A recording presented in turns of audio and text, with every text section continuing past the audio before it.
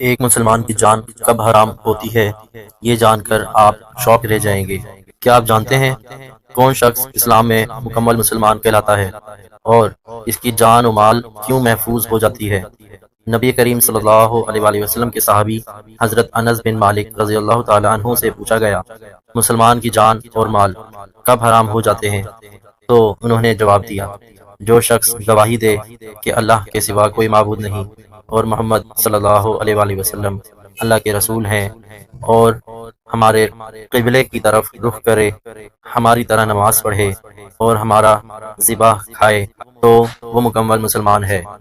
پھر اس کے لیے وہی حقوق ہیں جو تمام مسلمانوں کے لیے ہیں، اور اس پر وہی ذمہ داریاں ہیں جو باقی مسلمانوں پر ہیں۔